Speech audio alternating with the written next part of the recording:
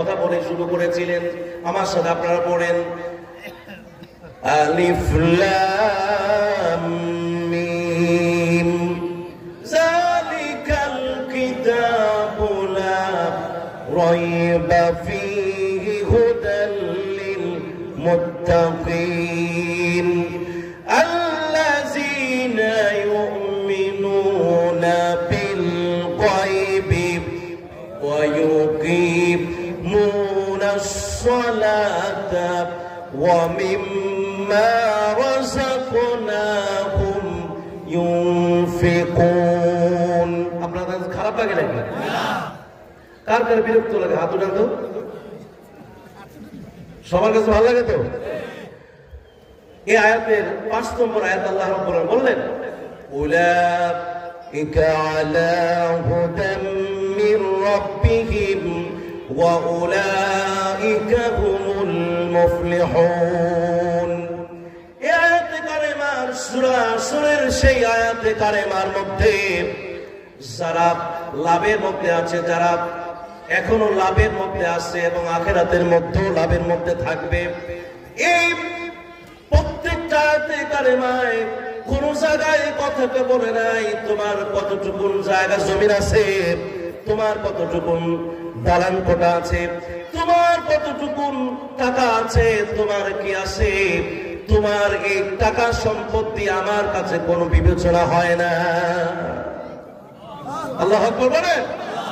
এই পৃথিবীর জ্যেষ্ঠ ধনী সে যদি ঈমান না আনয়ন করে, এই বিল গেটসের যদি সারা পৃথিবীর টাকার পরিমাণ যদি তার হয়ে থাকে, তারপর বিল গেটস আল্লাহর দরবারে শিল্পপতি ছিল, শিল্পপতি। এজন্য প্রিয় ভাইরা আমার, যারা দুনিয়ার পিছনে পড়ে যায় আল্লাহ রাব্বুল আলামিন বললেন এরা এত গোমরা হয়ে যায়, তাদের অন্তর মরে যায়, এদের শ্রবণ শক্তি বন্ধ হয়ে যায়, এদের হৃদয়ের শক্তি বন্ধ হয়ে যায়, দেখেও সে সত্যটা বলবে না, শোনার পরও সে শুনতে চাইবে না, দেখার পরও সে দেখে বলবে না, কারণ তার মহরম কিন্তু আমি আল্লাহ রাব্বুল আলামিন করে দিয়েছি। এই জন্য মানুষকে আর মানুষ মনে করে না। আল্লাহ রাব্বুল আলামিন বললেন তাদের এমন দুঃসাহস হয়ে যায়, তারা বলে ক্বালাল্লাযীনা কাফারু লিল্লাযীনা আমানু আনুতঈমু মান লাউ ইয়াশাউল্লাহু আত'আমা ইন আনতুম ইল্লা ফী দালালিম মুবিন। গরিবদেরকে মানুষই মনে করে না। আমার এখানে ধনী গরিব সবাই আছেন না? কতজন আছেন? গরিবদের অবস্থান কি জমিনের মধ্যে অবস্থান, মর্যাদা, সম্মান কি আছে? নাই, আমরা দেই না, ঠিক কিনা বলেন? অথচ গরিব লোকটা আল্লাহর প্রতি অগাধ বিশ্বাস করে, আল্লাহর গোলামি করে, ওই যারা সম্মান দিতে চায় না তাদের চাইতে অত্যধিক সম্মানিত হয়ে যায় কার কাছে? আর জুড়ে বলতে কার কাছে? ওরা গরিবদেরকে দেখে বললে যে তোদেরকে তো আল্লাহ খাওয়ায়, তাহলে আমাদের কাছে হাত পাতস কেন? ধনী ব্যক্তিরা বলবে, দুনিয়াদাররা বলবে তোদেরকে তো আল্লাহ খাওয়াবে, আল্লাহর উপর বিশ্বাস করে থাক, তাহলে আমাদের কাছে যাকাত ফিতরা চাস কেন? এই কথা বলে কি আল্লাহ রাজি থাকে নাকি? হ্যাঁ, কেমন বেজার? সকাল বেলা রাজারে ভাই, রাজারে তুই, বিকেল ফকির সন্ধ্যা বেলা। কে করেন?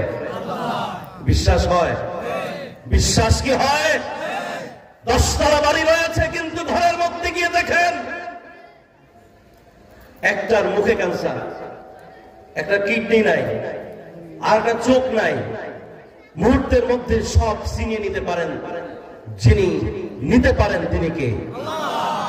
বিশ্বাস হয় তো? সুখের পরে কি? দুঃখের পরে দুঃখ মুসলমানদের নাই। আমরা দুঃখী জাতি নই, আমরা দুঃখী জাতি না, আমরা সুখী জাতি। আমরা যদি আল্লাহ রাস্তায় শাহাদাত বরণ করি, তারপর আল্লাহর দরবারে আমাদের মর্যাদা আছে। আবার যদি শাহাদাত না হয়ে যুদ্ধের ময়দান থেকে যদি আমরা ফিরে আসি, আল্লাহর দরবারে গাজীর সম্মান আসে না নাই?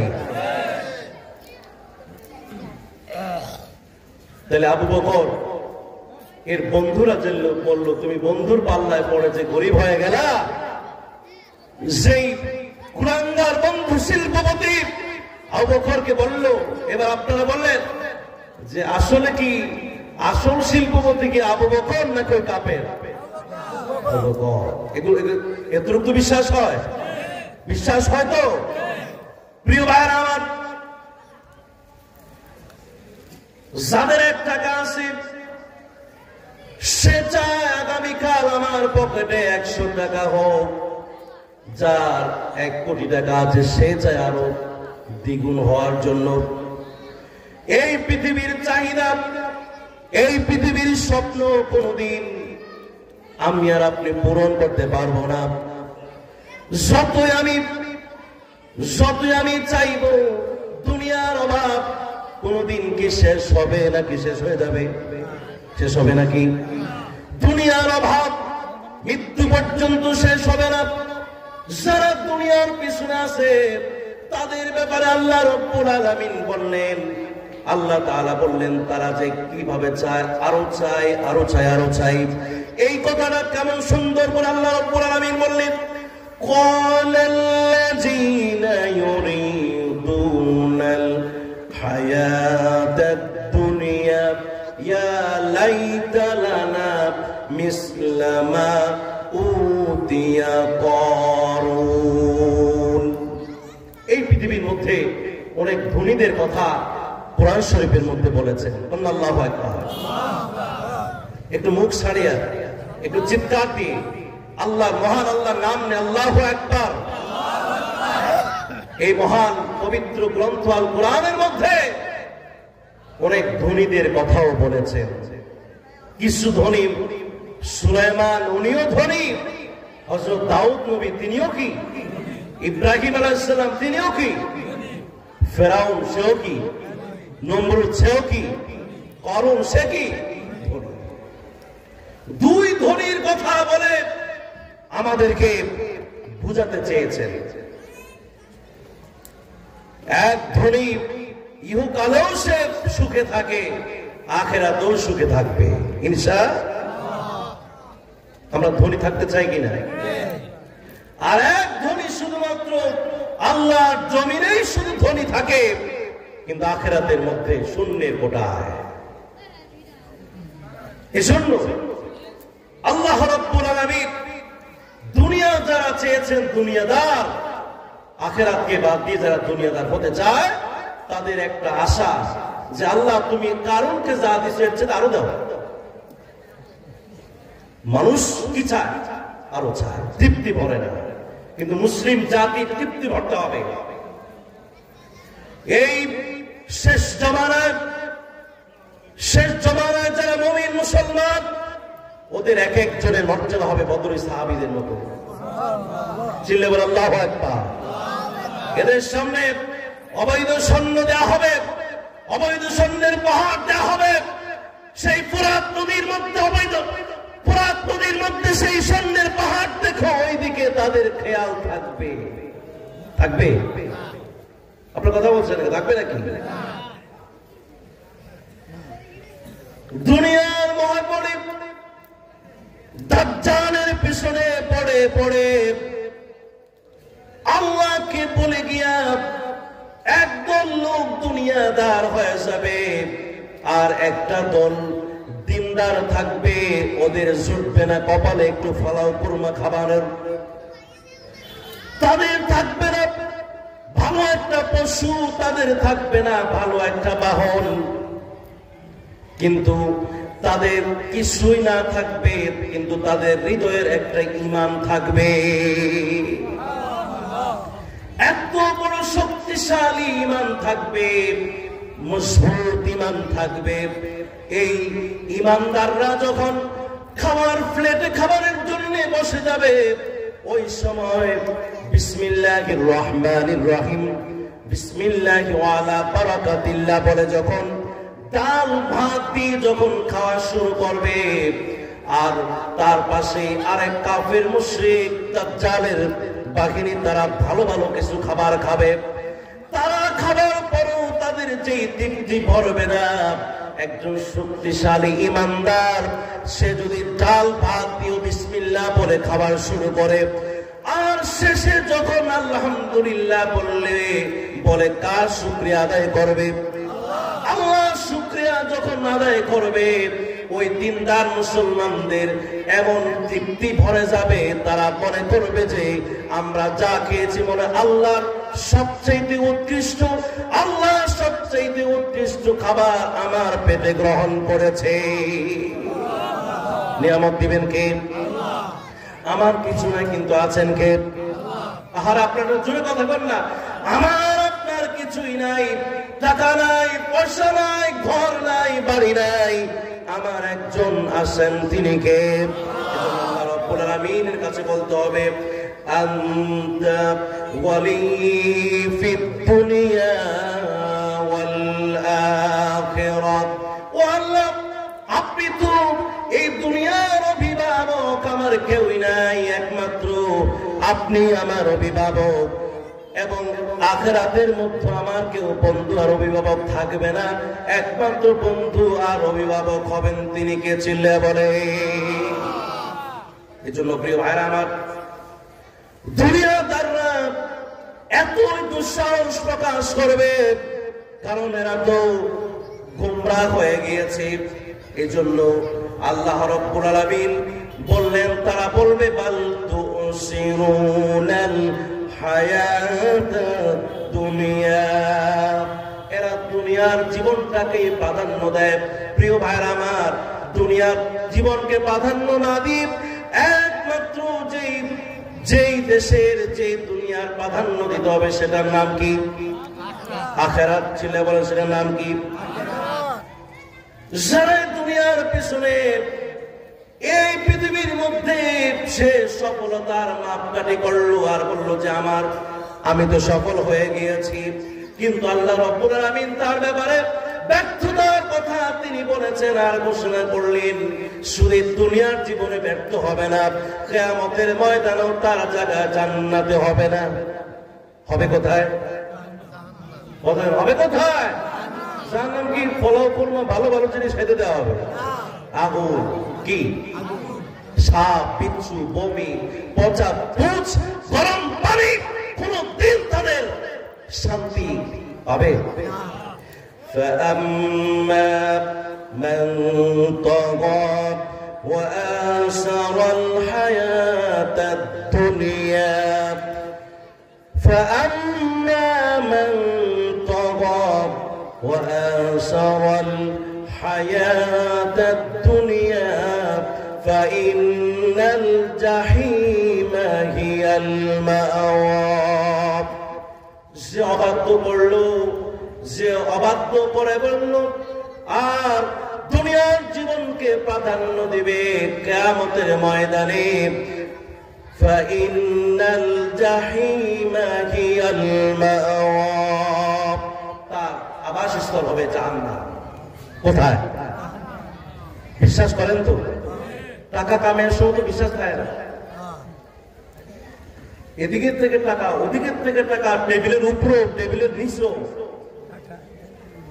শুধু কি কথা করা? শুধু টাকা আর টাকা, ঘুমেও টাকা, কথা করা, জাগনা থাকলেও কি শুধু কি দেখে?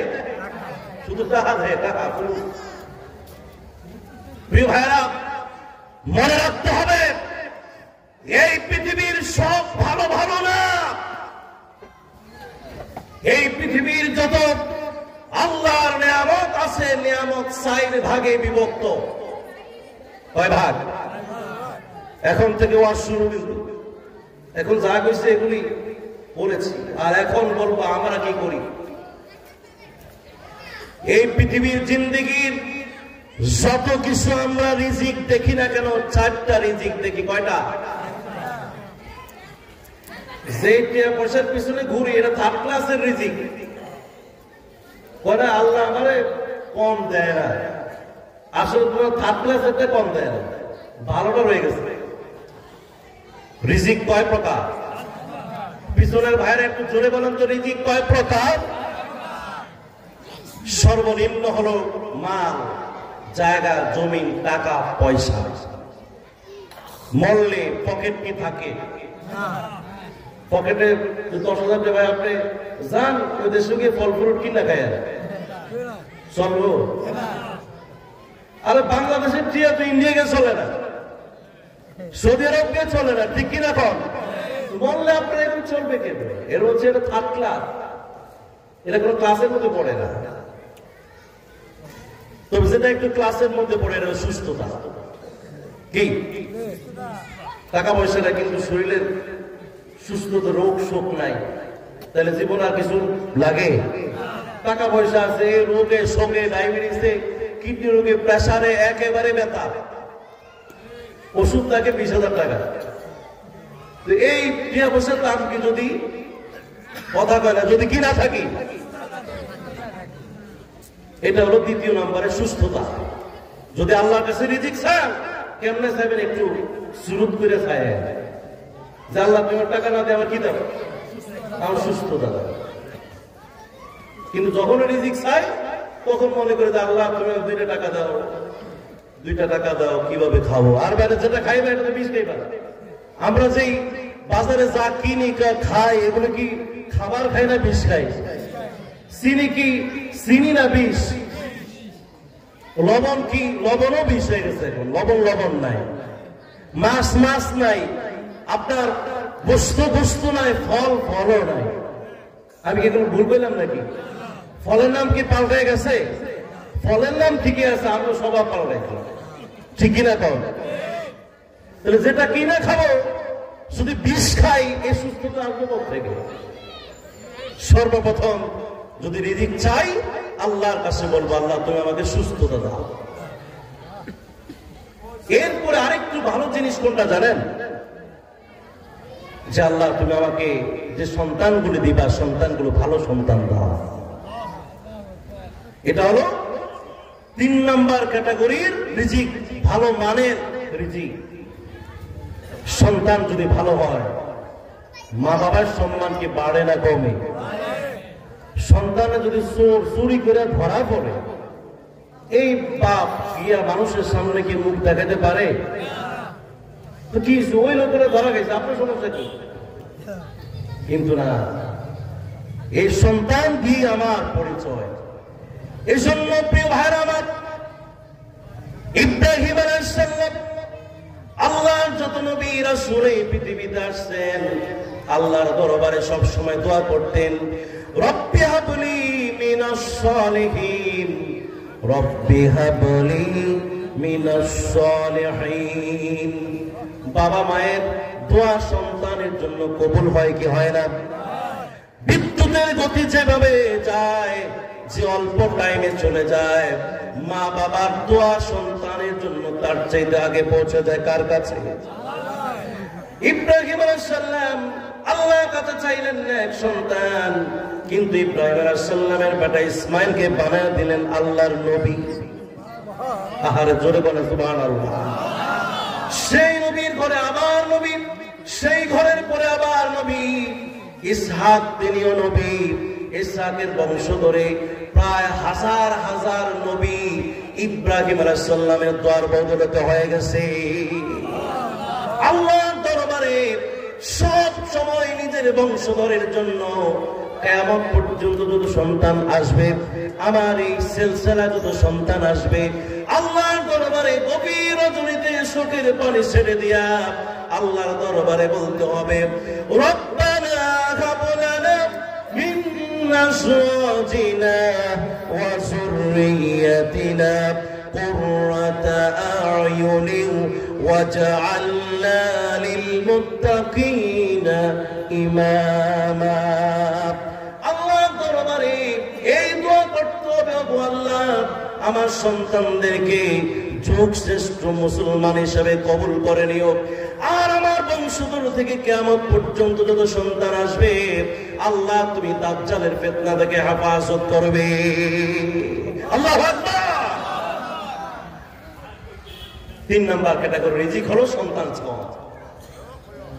আর 1 নাম্বার যেটা চাইবেন রিজিক, যেটা সবচেয়ে, এটার উপর আর কোনো রিজিক নাই। এটা কি বলবো?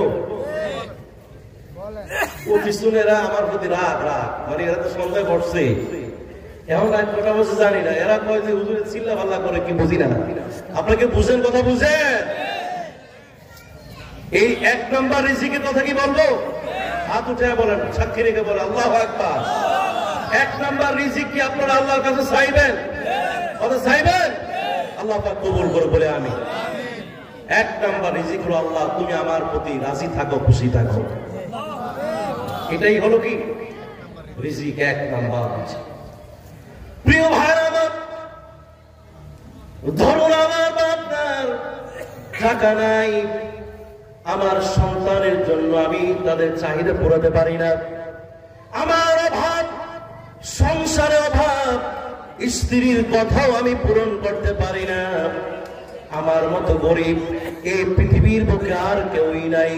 কিন্তু প্রিয় ভাইরা আমার, যদি আমি আমার এই মাল সম্পদ কিছু যদি না থাকে, আমি যদি একবারে অসহায়, গরিব, প্রতিবন্ধী যদিও থাকি, ওই আল্লাহ রাব্বুল আলামিন যদি আমার প্রতি, আপনার প্রতি যদি খুশি হয়ে যান, আমার জীবনে আর কিছু লাগবে না।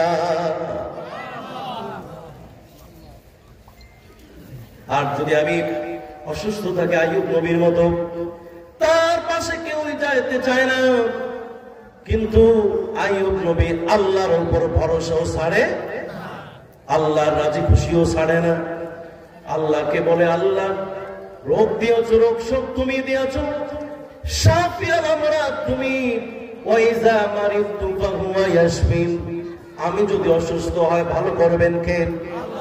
আল্লাহকে যদি অসুস্থ ব্যক্তি বলে, আল্লাহ আমি অসুস্থ হয়ে গেলাম, আমার দুনিয়ার কেউই নাই, কোন ডাক্তার আমাকে ভালো করতে পারে না, তুমি যদি আমার প্রতি রাজি থাকো আর খুশি থাকো, তাহলে আমার জীবনে আর কিছুই লাগবে না। কারো সন্তান নাই, সন্তান নাই, টাকাও নাই, সুস্থতাও নাই, ওই আল্লাহ বলে, আল্লাহ তুমি ছাড়া এই জমিনে আমার আর কেউই নাই, আমার কেউই নাই, আমার বাপও মারা গেল, বাবাও মারা গেল, আমি একটা বিবাহ করতে পারলাম না, বিবাহ করলাম, বউ মারা গেল, সন্তানও নাই, আর আমাকে কেউ পছন্দ করো না, আমাকে অপছন্দ করে। ওগো আল্লাহ, আমার কেউই নাই, কিন্তু তুমি আমার আল্লাহ।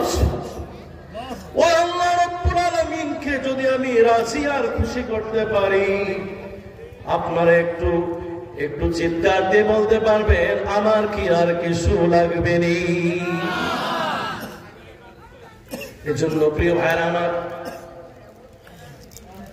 জীবনে সম্পদ গড়ার চাইতে, জীবনে কিছু চাওয়ার চাইতে, জীবনে কিছু পাওয়ার চাইতে, যদি আমি আল্লাহ তার রাসূলকে পেয়ে যাই, খোদার কসম করে বলি, এখানে যদি কোরআন শরীফ থাকতো, আমি সেটা কসম খেয়ে বলতাম যে আমার এই পৃথিবীর বুকে আর কোনো কিছুর প্রয়োজন হতো না।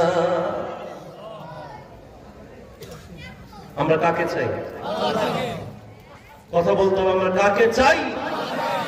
দুনিয়াদারি করবো তবে আখিরাতকে ভুলে যাব না, দুনিয়াদারি করবো তবে দুনিয়াদার হব না। এই কথাগুলো সন্তানকে শেখায়া যাবে, এই কথাগুলি আপনার পরিবারকে বুঝায়া দেন, এই কথাগুলি সমাজের মানুষগুলোকে বুঝায়া দেন, তাহলে এই সমাজে কোনো কাটাকাটি, হানাহানি, মারামারি, চুরি ডাকাতি, সন্ত্রাসী কিছু থাকবে? এক ঘাটে সাগর, এক ঘাটে বাঘ পানি পান করবে, কিন্তু কেউ কারোর দিকে তাকানোর সুযোগ থাকবে? দরজা খুলে আমার এই জাতি দরজা খুলে আল্লাহর উপর ভরসা করে ঘুমিয়ে পড়বে, কিন্তু কোন করবে না, চিল্লাবে না, ঠিক কিনা? এবার আসুন, আমার কথা কি আপনাদের খারাপ লাগছে নাকি? কিছু খারাপ লাগবে। এবার আসেন, এই পৃথিবীতে যারা আমরা সফলতা মনে করি, আমি এই লোকটা যদি চাঁদাবাজি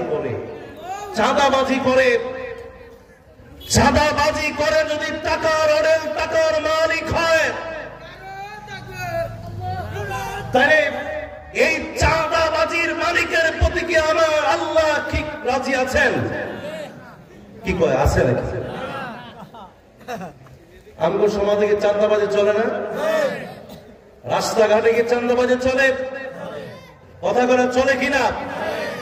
এই চাঁদাবাজি যদি রাষ্ট্রীয় কোষাগারে যায়, তাহলে আমি ধন্যবাদ জানিয়ে দিলাম। কিন্তু এই চাঁদাবাজি যদি তোমার পকেটে যায় অথবা কোন দল মতের জায়গা যায়, তাহলে এই দল মতের উপর তোমার আল্লাহর গজব নাযিল হবে, ঠিক কিনা? আমরা এই সমাজের মধ্যে চাঁদাবাজি দেখতে চাই না। আমরা মুসলমান, আমাদের খালেক মালিককে আমরা কি তাকে বিশ্বাস করি? আমরা কি দুনিয়াতে স্থায়ী থাকবো না আখিরাতে স্থায়ী থাকবো? আমরা আখিরাতকে দুনিয়াদার করতে গিয়ে আখিরাতকে নষ্ট করতে চাই না। কেউ যদি চুরি করে অনেক টাকার সম্পদের মালিক হয়, ব্যাংকের মধ্যে টাকা রাখলাম, আমার গায়ের ঘামের ঝরা সেই টাকা দিয়ে আমার ব্যাংক ব্যালেন্সে টাকা রাখলাম, তোমার কি দুঃসাহস হয়ে গিয়েছে যে তুমি সেই আমার জনগণের টাকাগুলি তুমি কিভাবে লুটপাট করেছো?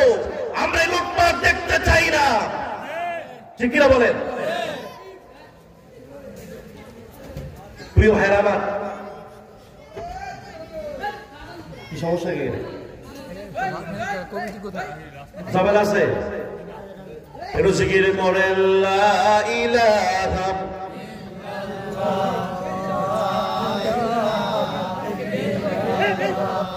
লা ইলাহা লা ইলাহা ইল্লাল্লাহ লা ইলাহা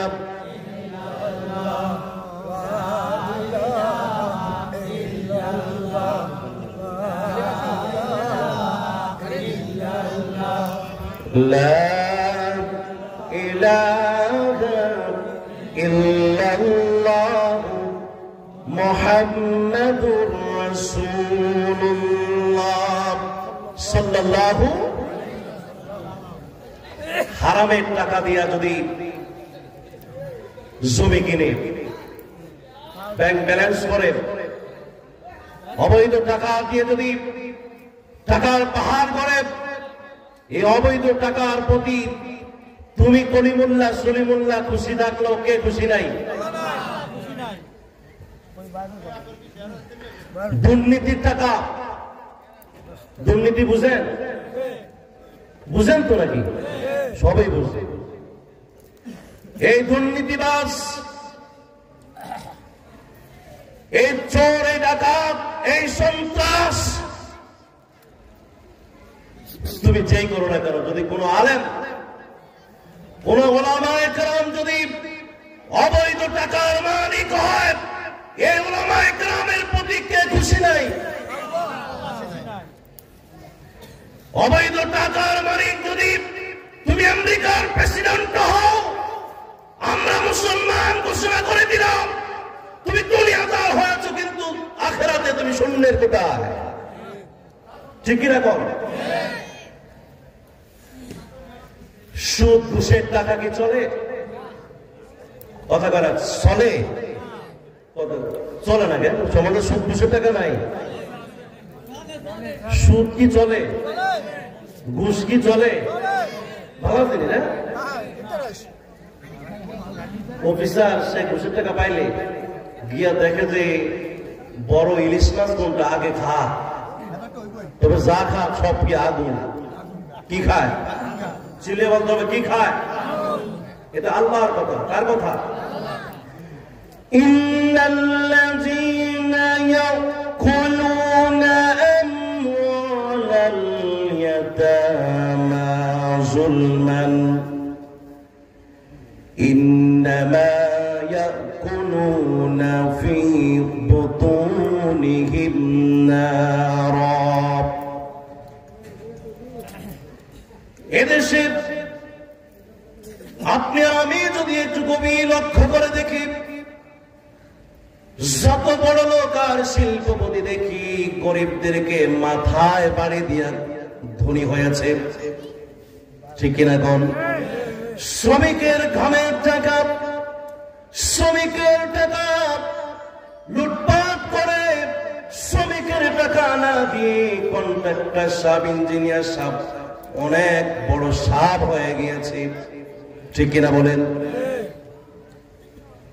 উন্নয়নের নামে যে লুটপাট করে তুমি বাহাদুর বাহাদুর হয়েছ, রাস্তা করার নামে তুমি মন্ত্রী সাপ, মন্ত্রী বলে সাপে পরিণত হলা। এই জন্য তুমি সাপের কাছে কোনো কথা শোনানো যায় না।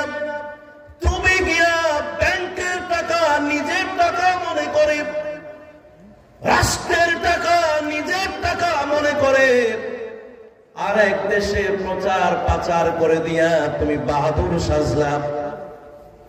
আল্লাহ রাব্বুল আলামিনের কথা অনুযায়ী যারা অন্যায়ভাবে কোন সম্পদের মালিক হয় আর খায়, আল্লাহ রাব্বুল আলামিন বললেন যে তারা যেন তাদের পেটের মধ্যে আগুনের কুণ্ডিলা খেয়েছে। আয়াতের শেষে আল্লাহ রাব্বুল আলামিন বললেন ওয়াসায়াসলাউনা সাঈরা। জাল মরিচ খাইলে, যে মরিচটা জাল, এটা খাইলে পেটের মধ্যে অনেক সময় কি হয়, মনে হয় যেন আগুন ধরে দিছে, এরকম হয় না? আবার কেউ কাছে আসল আগুন খায়, সিগারেটটা ধরিয়া কি বিড়ি টানারে টানে রে ভাই। আগুন তো খাইলো মরিচ, এখন খায় কি দিয়া? আগুন ধরে দিছে। এরকম যারা আছে এখানে মনে হয় কেউ নাই, বিড়ি খায়, বিড়ি দাঁড়িয়ে আছে লম্বা সুপ্পা। আমি গত 2-1 বছর আগে সাহারি খাওয়ার সময় দেখলাম এক মুরব্বী, বুঝলেন, সাহারি খাওয়া শেষ, এ আজান দিবে দিবে আর কি, এই লোক ঘর থেকে বের হয়ে রাস্তাকে এই যে বিড়ি টানারে টানলে, কথা কি বুঝছেন? সেহরির সময় কারে বলে না কথা কেন? আল্লাহ রেখে, আল্লাহ বললে কি বিড়ি খাইতো? বিড়ি কি ভালো জিনিস? এটা খেলে পেট ভরে, টেনশন কমে, বুদ্ধি বাড়ে। আল্লাহ রাব্বুল আলামিন এই অপদার্থ খাবার গুলো খাইলে বললেন যে তারা যেন আগুন খেয়েছে আর তাদের জ্বলা শুরু হয়ে যায়, যন্ত্রণা শুরু হয়ে যায়। এই জন্য প্রিয় ভাইরা আমার কথা শেষের দিকে আমরা চলে এসেছি। আমাদের বিশেষ বক্তা সাহেব আল্লামা ডক্টর মুফতি মাওলানা মুর্শিদ আলম সাহেব চলে এসেছেন। আমার কথাও শেষ, এই কথা বলে আমি শেষ করে দেব। প্রিয় ভাইরা আমার, এই পৃথিবীতে দুনিয়াদারি করতে গিয়া নিজেকে বাহাদুর পরিচয় দিয়ে সে চলেছে আর সে মনে করেছে আল্লাযী জামাআ মালান ওয়া আদ্দাদা ইয়াহসাবু আন্না মালাহু আখলাদা। সে মনে করেছে এই সম্পদ তাকে চিরস্থায়ী করে দেবে। আপনি বলুন, কোন বাহাদুর এই পর্যন্ত কি এই পৃথিবীর মধ্যে চিরস্থায়ী আছেন নাকি? আমার সাথে কথা বলে শেষ কথা। প্রিয় ভাইরা আমার, আল্লাহ রাব্বুল আলামিন বললেন তাব্বাত ইয়াদা আবি লাহাবিন ওয়া তাব মা আগনা আনহু মালুহু ওয়া মা কাসাব। আবু লাহাব নিজেকে এত বাহাদুর ভেবেছে আল্লাহ রব্বুল আলামিন তাকে বসন্ত রোগ দিয়া এমন ভাবে সে মনে করেছে চিরস্থায়ী হবে, কিন্তু বসন্ত রোগের মাধ্যমে সে চিরবিদায় হয়ে পৃথিবীতে চলে গেছে। কিন্তু এই বাহাদুরের টাকা, বাহাদুরের এই পয়সা কোনো কাজে আসে নাই। এজন্য শেষ কথা হলো, আমাদের দুনিয়াদার যারা হবে তাদের কিছুই কাজে আসবে না, যারা দিনদারিত্ব না করবে তাদের সব কিছুই কাজে আসবে। সর্বশেষে আয়াত পড়ে আমি শেষ করছি, আপনারা আমার সাথে পড়েন, রব্বানা আতিনা ফিদ দুনিয়া হাসানাতাও ওয়া ফিল আখিরাতি হাসানাতাও ওয়া কিনা আযাবান নার। ওয়া আখিরু দাওয়ানা আলহামদুলিল্লাহি রাব্বিল আলামিন। আল্লাহ